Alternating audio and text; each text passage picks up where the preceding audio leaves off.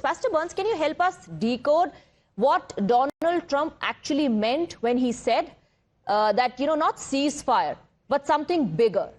And when he spoke about the real end, what is this thing which is bigger than ceasefire, and what does he mean when he says real end? Well, first of all, let me just say this. President Trump has stated over many, many years, at least over 15 times, documented or recorded 15 times that Iran cannot have nuclear weapons, number one. All the way back in 2011, he's documented and stating this. And the fact that he left G7, well, G7 has proven to not be a friend or treating the United States fairly in regards to trade. The President Trump has always campaigned and believed that the America First agenda means that we are going to get our fair and shared deal of marketing and economics. Now, regarding why he said not a ceasefire, but for a permanent end, well, that's just that. Ceasefires look good for the headlines, but in the end, they are just Band-Aid. President Trump is not looking for a Band-Aid solution. He's looking for a real solution, a real true peace, real true end to the conflict. No more of these drag of the United States in these foreign wars and these conflicts where there's no actual end. And that's what the America First agenda means, to make sure that if, again, the president made it clear when Israel attacked Iran, that the president said we had nothing to do with it. We warned Iran for 60 days. This was day 61. So you knew in advance that Israel was going to bomb, but we wanted to still come to the table with Iran. And that's just President Trump's desire, I believe, to make our enemies our friends. That's why he met with Kim Jong-un 3 different times to try to bring peace. But again, Iran cannot have nuclear weapons, according to President Trump. And the real end is not a Band-Aid ceasefire, but bringing real peace and stability in that situation.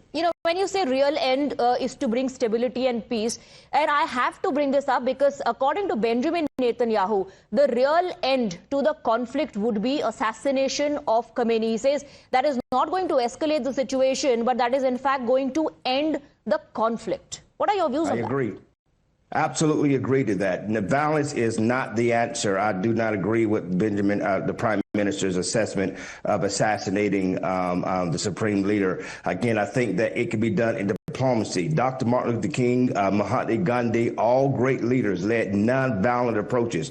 And as a man of God, I stand behind those same approaches, nonviolence, when it can be avoided. Assassinating a leader will just escalate it even more. Do you think killing one leader will cause Iran just to back down? Absolutely not. No, they will put everything in their power and might to destroy Israel. And that's not what we want. That's not what President Trump wants. We want peace. But again, Iran cannot have nuclear weapons, but we still want peace.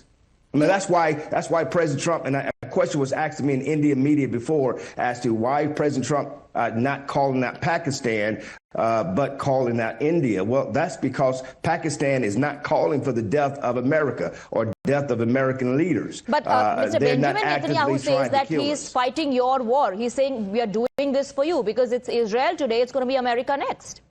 No, I don't think that's the case at all. I think that peace and diplomacy is what President Trump is looking for, to simply attack Iran. I believe, again, there was a time where Iran was friends of the United States of America. And I pray that all wars, especially what North Korea and South Korea, all wars with China, all wars with Russia, all wars with Iran, that they be ceased and that we can come to the table in a peaceful and prosperity manner where all people will prosper. Because at the end of the day, these governments go head and head, but who really suffers? It is the people. Okay. The Iranian people being bombed. The Israeli people being bombed. People are dying. So for me, I'm like President Trump. No ceasefire. Let's get to the real root of the problem, and let's make sure that we have peace in the Middle East. Yes, but what's the solution to that? We don't know that. Suspense is only building on that particular issue.